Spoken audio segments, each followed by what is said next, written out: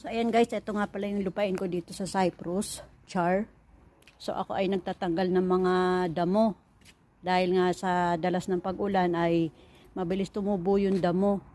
So, ayan, sa dami rin ng mga snail, binutas na rin nila yung tanim kong kamote. So, ang maganda lang dito is yung aking mga tanim na daisies. Yan. So, ayan yung mga natanggalan ko na ng damo. Then, dyan na lang sa part na yan. So, dito is finish na din dito sa side na to. So, yung mga tumpok-tumpok na yan, ayan yung mga damong natanggal ko. So, tapos na yan dyan. Bali, itong side na lang na to. Yan na lang. So, pahinga na kasi alas 6 na ng hapon. So, ayan na guys. Konti na lang yan. Labarn lang. So, that's my poinsettia.